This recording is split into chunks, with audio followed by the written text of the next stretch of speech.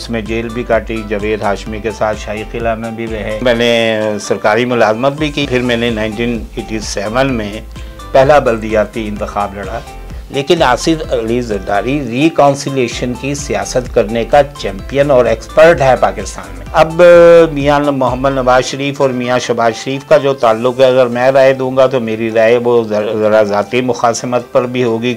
ये रोकड़ा made, currency made और एजेंसी मेड पॉलिटिशियन है। आज ये जितने मर्जी बड़े जमहूरियत के चैम्पियन बने, पाकिस्तान में बैड गवर्नेंस की बदतरीन शक्ल जो है ये 2.5 साल अहद हुकूमत है जनाब इमरान खान का। अस्सलाम वालेकुम नाज़रीन, हमारे आज के प्रोग्राम के चीफ गेस्ट हमारी बहुत ही प्यारी शख्सियत, हमारे असातिज़ा का दर्जा रखते हैं और बड़े ही अच्छे सहाफ़ी हैं, हाफ़िज़ शफीकुर रहमान साहब। आइए उनसे गुफ्तगू का आगाज़ करते हैं। अस्सलाम वालेकुम। जी वालेकुम सलाम। क्या हाल है आपका? ठीक है, दुआएं आपकी। अच्छा आप साहब, आप अपनी जाए पैदाइश और इब्तदाई लाइफ के वाले से बताएं। जी, मेरी पैदाइश जो है वो लाहौरी के कदीमी मोहल्ला राजगढ़ से है। मैं जमांदरू लाहौरिया हूँ। मेरी पैदाइश भी लाहौर की है।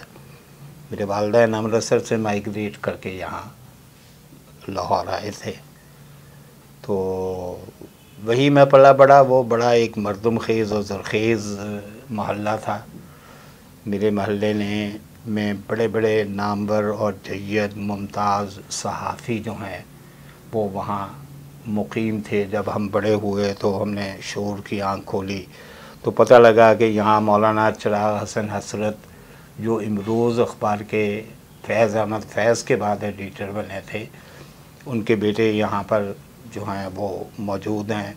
फिर इसी तरह से वहाँ प्रोफेसर मिर्ज़ा मुनव्वर साहब जो इकबाल एकेडमी के चेयरमैन रहे, वो भी हमारे ही महल्ले में थे। और प्रोफेसर सलीम साहब जो नवाए वक्त में सरे राहे कालम लिखते थे, वो भी हमारे ही महल्ले में थे।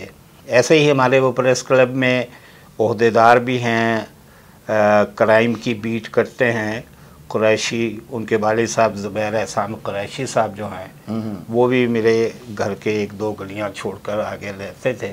शर्की बिन शाइख एक बहुत मशहूर शायर थे, वो भी मेरे ही इलाके के रहने वाले थे। और फिर हमारे कुर्बो जवार में मुन्नू भाई थे रिवाज गार्डन में, बिल्कुल, वहाँ हमीद जहलमी साहब थे। और इसी तरह मंसूर तैयब साहब थे जो इस्लामी जमहूरिया रिसाला के एडिटर थे। तो मेरी गली ही में चूँकि मौलाना चिराग हसन हसरत के साहबजादे रहते थे, ज़हीर भाई, ज़हीरुल हसन जावेद उन्हें कहते थे, वो इमरोज़ अखबार में भी रहे और पीटीवी के पहले न्यूज़ प्रोड्यूसर वो थे जब पीटीवी कायम हुआ। मेरे वालिद साहब जो थे वो ख़ुद एक जय्यद आलिम दीन थे। मुफ्ती मोहम्मद हसन साहब जो बानी जामिया अशरफिया हैं, उनके शागिर्दाने ख़ास में से थे। अदब से लगाव था, शायरी से लगाव था, उर्दू अदब से लगाव था, अरबिक लिटरेचर में से लगाव था। यानी मैं अपने घर में बचपन में दीवाने हमासा देखा करता था, जो अरबी शायरी का एक शाहकार समझा जाता है। और मेरी वालदा ख़ुद पर्शियन बखूबी जानती थी, चूँकि मेरे नाना भी बहुत बड़े जय्यद आलिम थे। तो घर में गुलिस्तान सादी, बूस्तान सादी, मसनवी मौलाना रूमी, पंदनामा अत्तार और काबूसनामा और इसी तरह की किताबें बचपन में हम देखते थे। गो के हमें समझ नहीं आती थी, ये शुद्ध बुद्ध नहीं थी पर्शियन की, वो तो वालदा की तरबियत से बाद में थोड़ी बहुत फ़ारसी की जो है ABC मालूम हुई। अच्छा साहब, आपकी इब्तदा ही जो है ना किताबों में हुई और बड़े अदीब और शोरा जो है वो आपके बचपन में आपके साथ आपके महल्ले में रहे। तो आप अपनी कुछ इब्तदाई तालीम के वाले से और उसके बाद आपने कैसे सहाफ़त में कदम रखा, इसके वाले से बताएं। देखें जी, इब्तदाई तालीम तो मैं टाटोरियन हूँ, टाट स्कूल का पढ़ा हुआ। ठीक, जैसे एचिसोनियन होते हैं, मुझे फ़ख्र है कि मैं टाटोरियन। मैं लालियन हूँ, मैं लाल स्कूल का पढ़ा हुआ, जिन्हें कॉरपोरेशन के स्कूल कहे जाते हैं। वहाँ से मैंने इब्तदाई तालीम 5वीं जमात तक की। उसके बाद मेरे वालिद साहब की ख्वाहिश थी कि मैं कुरान पाक हिफ्ज़ करूँ, लिहाजा मैंने फिर कुरान पाक हिफ्ज़ किया। 2 साल लगाए और एकदम से फिर मैंने उस ज़माने में मिडल का इम्तिहान जो है वो बोर्ड का इम्तिहान हुआ करता था। 6 महीने की तैयारी करके मैंने मिडल का इम्तिहान जो है वो बोर्ड का दिया, और प्राइवेट स्टूडेंट की हैसियत से मैंने उसमें अव्वल पोजीशन जो है बोर्ड के इम्तिहान में हासिल की। इस्लामिया कॉलेज रेलवे रोड से ग्रेजुएशन की। मैं first year, second year, third year और फोर्थ ईयर ये इस्लामिया कॉलेज रेलवे रोड के में रहा। वहाँ स्टूडेंट्स यूनियन का ऑफिस बेयरर भी रहा इस्लामी जमीयत तलबा की तरफ से। और उस ज़माने में भट्टो साहब का दौर था, हमने ये ग्रेजुएशन की। और जो उस ज़माने में जितनी भी तहरीकें चली, एंटी कादियानी मूवमेंट, बांग्लादेश नामंजूर मूवमेंट, और बाद में तहरीक निज़ाम मुस्तफ़ा जो बुनियादी तौर पर इलेक्शन रिगिंग के ख़िलाफ़ तहरीक थी, अवामी शमूलियत के लिए सियासतदानों ने उसका नाम तहरीक निज़ाम मुस्तफ़ा रख दिया था। उसमें जेल भी काटी, जावेद हाशमी के साथ शाही किला में भी रहे। अच्छा। कोई इस मुख्तसर सी 7 साल जो तालिब इल्मी का ज़माना था उसमें कोई 8 महीने तो जेल में पाबंद सलासल रहे। और अपने नुक्ता नज़र से हम भट्टो साहब की मुखालफत कर रहे थे, लेकिन ये नहीं था कि हम ये समझते थे कि जैसे आज समझते हैं कि जो हुक्मरान जिसकी मैं मुखालफत कर रहा हूँ वो गद्दार वतन है। ये तसव्वुर जहन में कतन नहीं था। अच्छा, आप ये बताएं कि आपने सहाफ़त में कैसे कदम रखा और किन किन अदारों में रहे? मेरे घर में बचपन ही से जो है ना 2-3 रिसाले ज़रूर आया करते थे। एक तो लैलो नहार था जो इमरोज़ वाले निकालते थे, ये तरक्की पसंद अदब का मुआविन और उसका जो है नक़ीब था। इसको हम बड़े गौर से पढ़ते रहे। फिर मेरे वालिद साहब के एक हवाले से सवेरा रिसाला हमारे घर में आता रहा, ये भी तरक्की पसंद अदबा और शुअरा का एक तर्जुमान रिसाला था। नुसरत हनीफ रामे साहब का ये भी हमारे घर में आता रहा। और एक पर्चा जो सबसे ज़्यादा शुरू ही से मैं अपने घर में देखता रहा, जब मुझे पढ़ना भी नहीं आता था, वो हफ्त रोज़ा चटान था आगा शोरिश काश्मीरी का। तो इस तरह से जहन में एक बना हुआ था अदब और सहाफ़त के हवाले से एक ताल्लुक़। तो 1978 में मैंने जब ग्रेजुएशन कर ली तो फिर मैंने ज्वाइन किया हफ्त रोज़ा चटान को। आगा शोरिश काश्मीरी की डेथ हो चुकी थी। डॉक्टर मिस्कीन हिजाजी जो हैं वहाँ पे एडिटोरियल बोर्ड के चेयरमैन थे। मैं उनके साथ काउंसिल होने के बावजूद डिप्टी एडिटर के तौर पर काम करता रहा। एडिटोरियल नोट्स लिखने, एडिटोरियल लिखने, इंटरव्यूज़ करने। चटान से मैंने आगाज़ किया आगा शोरिश काश्मीरी के पर्चे से, और वहाँ से मैंने बहुत कुछ सीखा। मैंने सरकारी मुलाजमत भी की जो ऑफिस में सीनियर ऑडिटर के तौर पे, और फिर 2-3 साल के बाद चूँकि वो सरकारी मुलाजमत वाला जहन नहीं था तो वो सरकारी मुलाजमत से मैंने ज़ियाउल हक़ के ज़माने में 81 में जो है वो अपना इस्तीफ़ा दे दिया था। और अपने तौर पर मैंने फाउंडेशन इंग्लिश पढ़ाने के लिए एक एकेडमी अपने महल्ले में ट्यूशन सेंटर टाइप की जो महल्लों की सतह पे होती है कायम की, और उसका ख़ासा दूर दूर तक चर्चा फैला। ऐसा फिर मैंने एज अ टीचर भी काम किया। और इस दौरान फिर मैंने 1987 में पहला बल्दियाती इंतखाब लड़ा। ये लिबास गार्डन मेरा हल्का था जिसमें राजगढ़, रामनगर, शामनगर के इलाके थे। मेरे मुकाबले में मुस्लिम लीग जीम थी उस ज़माने में, वज़ीर आला थे पंजाब के मियाँ मोहम्मद नवाज शरीफ। मैं आज़ाद इंडिपेंडेंट कैंडिडेट था, और मियाँ नवाज शरीफ का ये हल्का तब कौमी हल्का 95 कहलाता था, 95 पुराना। उस हल्के में जो 20 काउंसलर मुंतखब होते थे वो सारे के सारे पहले मियाँ मोहम्मद नवाज शरीफ के हमायत याफ्ता लोग होते थे। I was the Elon person. और दूसरे लंडा बाज़ार के करीब से मलक अब्दुल मजीद साहब, ये हम 2 आदमी थे। वो पीपल्स पार्टी की तरफ से मुंतखब हुए और मैं एज़ एन इंडिपेंडेंट कैंडिडेट मुंतखब हुआ, जिस 2 मरतबा इलेक्शन लड़ा। अल्हम्दुलिल्लाह दोनों मरतबा मैंने इलेक्शन विन किया। मेट्रोपॉलिटन कॉरपोरेशन लाहौर में मैं यानी आज़ाद उम्मीदवार के बावजूद शहबाज शरीफ ने मेरी नॉमिनेशन की deputy leader of the house की हैसियत से। डिप्टी क़ायद-ए-ईवान बल्दिया उज़्मा लाहौर भी रहा। 93 में इदारे ख़त्म हो गए तो दोबारा फिर अपनी जन्मभूमि सहाफ़त की तरफ जो है वो हमने रुख किया। और उस ज़माने में फिर चटान से शुरू किया, चटान ही में लिखते रहे। 97 में जब रोज़नामा दिन आया तो उनके पाइनियर्स में मेरा शुमार होता है। ख़बरें ज्वाइन किया, फिर मैं रोज़नामा दिन में रहा। रोज़नामा दिन में मार्च 1997 से लेकर 30 जून 2011 तक रहा। फिर दरमियान में कुछ अर्सा मैंने एक कुछ सुल्तान बाहू सुल्तानुल आरिफीन रहमतुल्लाह अलैह पर काम किया, 22 किताबों पर उनकी। उसके बाद मैं एकदम से 1 अक्टूबर 2011 से 3 नवंबर 2018 तक मैं रोज़नामा नई बात का एडिटोरियल इंचार्ज रहा और वहाँ मैंने अपनी सहाफ़ती खिदमत अंजाम दी। अच्छा, आप ये बताएं कि आपने बहुत सारे जो है ना सियासतदानों को बड़ी करीब से देखा, तो नवाशी और शबाशी को आपने कैसा पाया, और अब जो मरियम जिस तरह की सियासत कर रही है, क्या ये आगे चलेगी? ज़रूरत होती है पाकिस्तान की सियासत में थोड़ा सा एस्टेब्लिशमेंट के साथ बनाकर रखने की, और अब सुना है कि उन्होंने रुजू किया है अपने मौक़िफ़ से, थोड़ी सी लीलियंट हुई हैं, रीट्रीटमेंट की है, पसपाई हुई है, पस कदमी हुई है, और एस्टेब्लिशमेंट की तरफ वो रुजू कर रही हैं।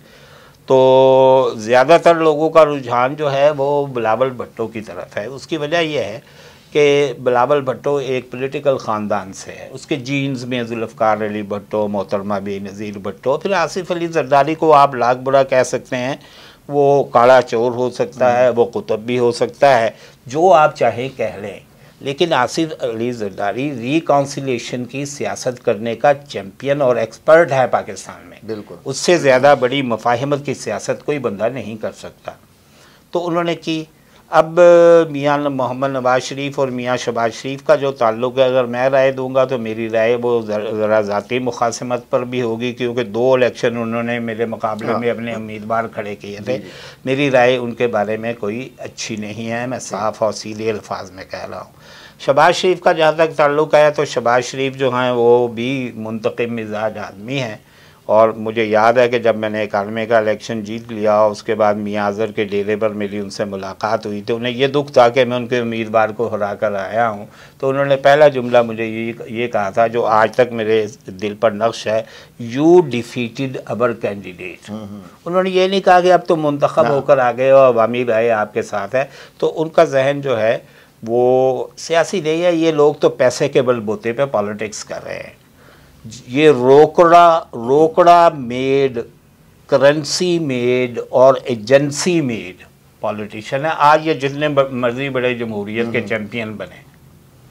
तो अच्छा, आप ये बताएं कि जो बिलावल भुट्टो है उसकी सियासत जो है वो आगे अरूज हासिल करेगी और वो वज़ीर-ए-आज़म तक पहुँच सकेंगे, या उनकी सियासत किस ट्रेंड की तरफ जा रही है? अभी देखें, 10 साल लगेंगे।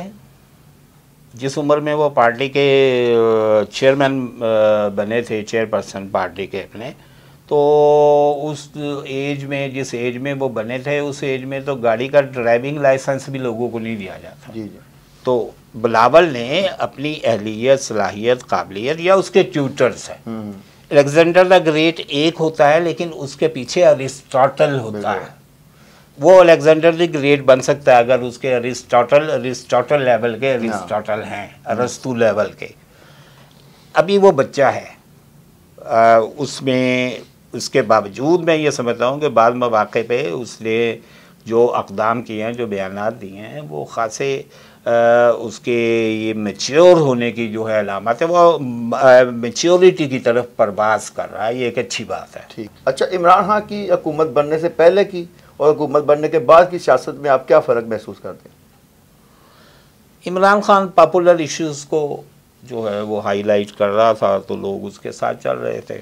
जब वो इक़्तिदार में आया तो लोग फिर सिर्फ ख्वाब दिखाने वाले बंदे को नहीं देखते, वो ये देखते हैं कि किस बंदे ने ख्वाब को ताबीर आशना किया था। बिल्कुल ठीक है।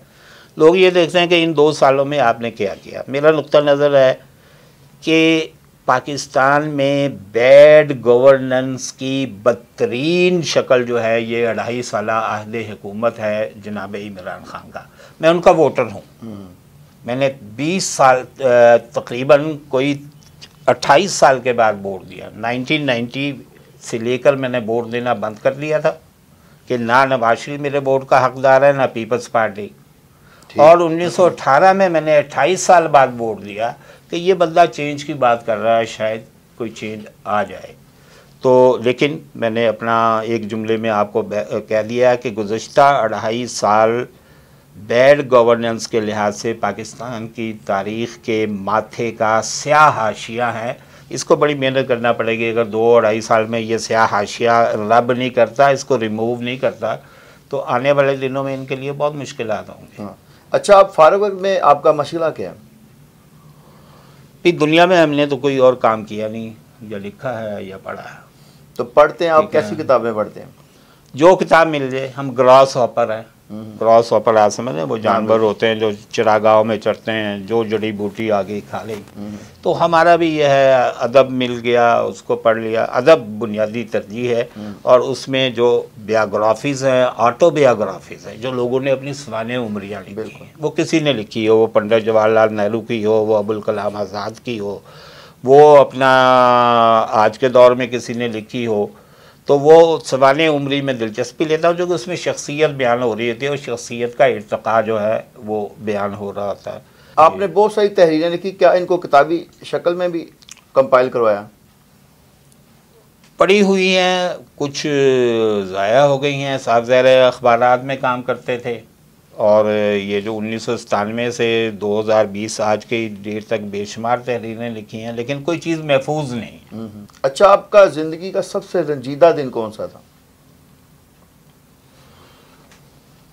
मेरे वालिदैन की डेथ का था, वालिद साहब की और वालिदा की, बस। और ज़िंदगी का सबसे खुशगवार दिन किसे कहेंगे? वो एक हैरान कुन था मेरे लिए, जब मेरा कॉलम पहली मरतबा, मेरा एक मज़मून 1974 में आगा शोरिश काश्मीरी के पर्चे चट्टान में शाया हुआ था, या 1971 में कोहस्तान अखबार में मैंने मौलाना ज़फ़र अली ख़ान पर एक कॉलम लिखा था और वो शाया हो गया। आप ये बताएं कि आपकी ज़िंदगी का मुस्तकबिल का कोई ऐसा मकसद जो आप अभी तक हासिल नहीं कर सके, हासिल करना चाहते हैं? कि ज़िंदगी के उफ़क़ पर 65 हिस्सों के चांद सूरज तुलू हुए और गुरूब हो गए। वाह, अब जबकि 66 में उसके जीने पर हमने ज़िंदगी का कदम रखा है, तो इसके बाद तो कहते हैं कि जी आप अपनी मेजर लाइफ गुजार चुके हैं, बोनस में अब लाइफ है, इसमें कुछ अल्लाह अल्लाह कर लें, कुछ कुरान पाक पढ़ लें, कुछ नवाफिल पढ़ लें, मग़फ़िरत का कोई सामान पैदा कर लें, या कुछ लिख लें यार, ऐसा लिख लें जो ख्वाहिश होती है हर बंदे की। परफेक्शन कहीं नहीं होती, बिल्कुल कोई बंदा भी नहीं कह सकता। हर बंदा खलील जबरान नहीं होता, हर बंदा अबुल कलाम आज़ाद नहीं होता, हर बंदा आगा शोरिश काश्मीरी नहीं होता। ख्वाहिश है कि ज़रूर कोई एक यादगार, कोई अच्छी सी तहरीर। मैंने तकरीबन, मेरे ख्याल में कम अज़ कम साल में 365 दिन होते हैं, तो 300 इदारिये लगा लें आप, बिल्कुल। तो 23 साल की ज़रूरत दे दें, 123 से इतनी तहरीरें तो मैंने लिखी। और आपकी तहरीरें बहुत हमें पसंद हैं और हम बहुत शौक़ से पढ़ते हैं, और अल्लाह ताला आपको सेहत तंदुरुस्ती दे ताकि आप अपनी ऑटोबायोग्राफी भी लिख सकें, और हम वो पढ़ के जो हमें बड़ी खुशी मिलेगी। आपका बहुत शुक्रिया। मेहरबानी, बहुत शुक्रिया, नवाजिश। Yunus Mobile, wholesale dealer, all mobile brands available. 25 years of trust. Address 29 Main Hall Road, Lahore. Phone 042 372 44485. Commerce और टेक्निकल बुक्स के बानी अजीम ग्रुप ऑफ पब्लिकेशंस 1988 से कायमशुदा पाकिस्तान और दुनिया के मुख्तलिफ ममालिक में अजीम ग्रुप की किताबें टेक्स्ट बुक के तौर पर पढ़ाई जाती हैं। उर्दू बाजार लाहौर। Phone number 924237231448।